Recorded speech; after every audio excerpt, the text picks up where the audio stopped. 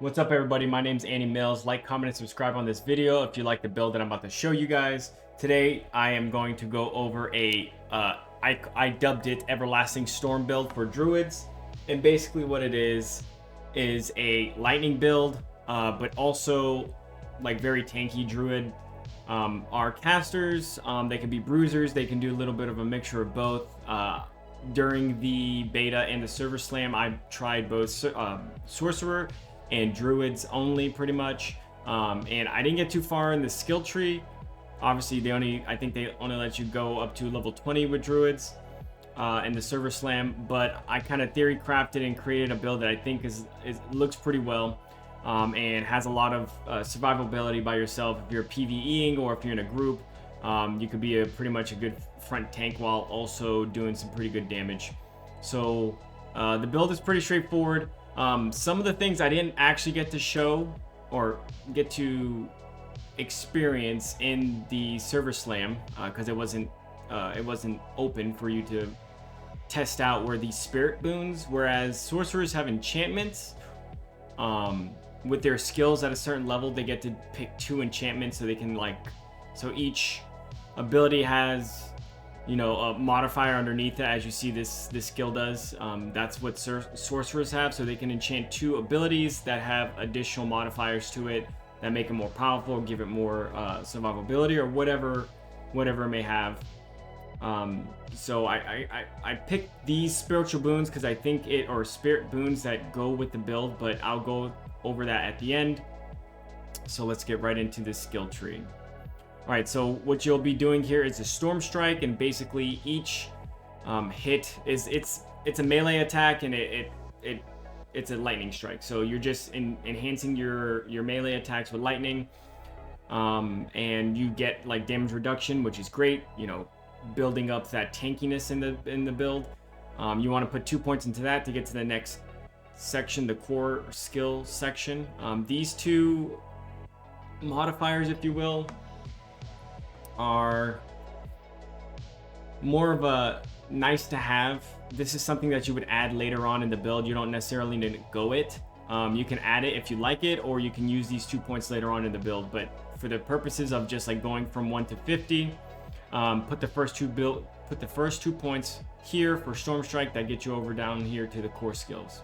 Once you get down to core skills, you'll put everything into Lightning Storm, or actually you should put 1 into Lightning Storm. I would highly recommend getting these 2 modifiers. So this one is the size of your Lightning Storm is preserved for 4 seconds after channeling, and then Lightning Storm gains 1 additional Lightning Strike. So what Lightning Storm is you conjure a Lightning Storm that deals 45% damage per strike. That's obviously at the max level it can be. So that percentage would obviously change down. So let's do it. So it'd be 32% damage per strike. The number of strikes increases the longer the storm is channeled. And this is the ability that you stand still to use. And it goes up to 5 strikes, so it kind of procs. So if you hold it for it's not 1 second, but like for 1 proc of the lightning, it only strikes once. You hold it for 2 procs, it strikes twice, all the way up to 5. So I like this modifier because now it goes up to 6, so it can essentially attack 6 enemies, or if there's 1 enemy, it attacks the enemy 6 times.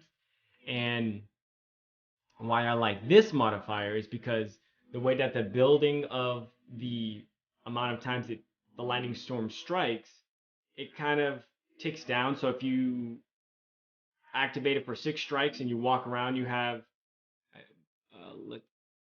it doesn't actually say what the standard countdown is. I think it's like maybe 5 seconds. You have 5 seconds after you stop channeling this ability to channel again, to have 5 strikes again, if that makes sense. I don't know if I explained that correctly. So if you use it for 5 seconds, you're at a max of 5 charges. If you run around for 3 seconds and channel this again, you will start automatically at 5 lightning strikes. This increases that to if it's 5 seconds to 9 seconds. So it increases by 4 seconds. So it's good to run around, gain spirit. Again, it's not mana for druids. Gain more spirit and then go back in to do some more damage. So this is where your main damage is going to be for the early on levels. Then again, you're going to max this out until you can get to this area, and you will come back here later on, maybe around after you get after these. So max this until you get to this area. Once you get to your defensive areas, I highly recommend putting 1 point into Earthen Bulwark, which is basically a barrier, allows you to be tanky. And there's some modifiers that I would recommend. Makes you unstoppable, so you can't be, stunned or anything like that. It's great for tanking again, walking around if you're getting overwhelmed. And then fortifying is just an additional defense for you. You can take it or leave it if you want. I think it's very useful. But again, don't max this. Just 1 point, go into this modifier, and then get Blood Howl after that. So 1 point into Blood Howl after you get to this one. And Blood Howl allows you to shapeshift into a werewolf, and you basically are healing. So you're healing for 26.8% of your maximum life at max. I think it's, 20% with 1 point in it. Once you put 1 point into this, I highly recommend going to this modifier over here. So you're getting this one, so kills reduce the cooldown of Blood Howl by 1 second, so faster spams of this. And then highly recommend getting this modifier, which allows you to generate 20 spirit every time you get this. So not only is this healing you for a certain amount of your max life, again making you more tanky, you get 20%, or you get 20 spirit back too, so you can heal, you get some mana back, you can put some more damage out there. And then for these, you can come back to this after. Actually, yeah, you should be putting points into these two skills until you can get down to this ultimate ability, or your Hurricane. And if these skills don't get you there, you can start putting into these. But if I don't remember exactly at what level I put these in here, you could always come back to this and modify it later. But as soon as you can unlock Hurricane, as soon as you can unlock Hurricane, I highly recommend going that, because this is another big damage boost for you. This is an AoE that follows you around. So a Hurricane, form a Hurricane around you that deals 136% damage to surrounding enemies over 8 seconds. So this is an AoE, and it just follows, literally it's just around you. And you can run around, and it damages people, which is just good AoE damage. And I recommend these modifiers, so slowing enemies by 25%.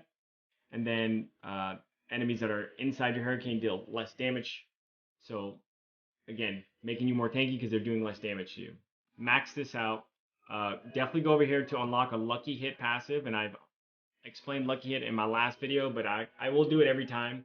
Lucky Hit is an ability that, or is a mechanic that anytime you proc this Lucky Hit, there's an innate percentage on each ability. Something happens, but if you don't have an unlocked ability that procs on Lucky Hit, nothing will happen. So picking this allows for your Storm skills, which is pretty much what this whole build is, to have a 10% chance to make enemies vulnerable, and vulnerable is a great debuff to apply on enemies. It's just a flat percent damage to be increased to enemies, and it's really good for like world bosses or dungeons that you're doing with groups, because if somebody applies vulnerable to a dungeon boss or any kind of creature, that applies to everyone, so everyone can do increased damage to that enemy who has vulnerable on them. So highly recommend getting this Lucky Hit passive on it, and then maxing out this, which increases the duration of Hurricane and Cataclysm by 15%. And what do you know? Cataclysm is the ultimate ability you'll be getting over here, which is obviously another Storm ability. And Cataclysm is another AoE, so you can have, if you have the mana, you can have Hurricane and Cataclysm up. A massive storm follows you for 8 seconds. Twisters knock back enemies, and lightning strikes wildly, dealing 52% damage. And then getting the modifiers for both of these, both of the modifiers for this ultimate is a great idea. Increasing the duration by 2 seconds, and then applying a vulnerable. Again, vulnerable is a great ability to have if your build allows you to have it. And then maxing out all 3 of these, and then putting 1 point into this just to get to this access to these. So 1 point into this, nature magic skills deal 4% increased damage to elites. Yeah, that's nice. Magic skills that consume spirits heals you for 3% of your maximum life. That's pretty much all your abilities. So this ability, actually no, not this ability, because it doesn't have a spirit requirement, I believe. No, it does, I'm sorry. So this ability, that's not a nature skill. This ability and this ability, those all require spirit. So you heal with each ability that you spam. And then nature magic skills deal increased damage, triple the bonus if an earth skill is the next cast. So this one's a little confusing, but if you use an earth skill, so if you use your barrier and then a storm skill, it triples the amount of damage. If you use a storm skill then an earth skill, it triples it. So it's basically the only skills that you have available in this build. You're increasing your damage, and it's tripled if you're using them one before another. So basically the only interaction for this one is use your bulwark, your earthen bulwark, your barrier. Use that and then spam some lightning skill, and then you're dealing increased damage, triple. So what? 18% increased damage. And then over here, your earth skills deal 20 or 12 increased damage to vulnerable enemies. That really doesn't matter. But your storm skills deal 12% increased damage to enemies that are knocked back, immobilized, or stunned, which you get stunned and knocked back in this build. And then the last passive that you're going to get down here for perfect is Perfect Storm. Storm skills that you cast grant 1 spirit and deal 15% increased damage when damaging a vulnerable enemy, immobilized, or slowed enemy. And in this build, you get vulnerable and you get immobilized through several of your skills, so that's a great ability to have. And then with your remainder points, with your levels all the way up to 50, or I guess 60 points, if you will, you're going to want to put into these passives. So put it into here for damage reduction. That's always good for late game. You want to be more tanky with this build. You're just putting 1 point into this just to get to this stuff over here. And then you'd want to come back up here and do basic skill generation so you can get more spirit when you're low on it. And this build is kind of, at least at level 20, there were a lot of times where I was out of spirit and I would have to like generate a lot of spirit with Storm Strike. But there's a lot of aspects out there, legendary aspects, that can help you generate more spirit if you're lucky enough to get the drops of them. So I highly recommend that. And that's pretty much this build from a skill allocations perspective, and I'll have the link in the description box below. And then for the spirit boons, what I saw from this tree that was on here, I did 10% damage reduction from elites, again making you more tanky. You want critical strike increase because you are doing a lightning build.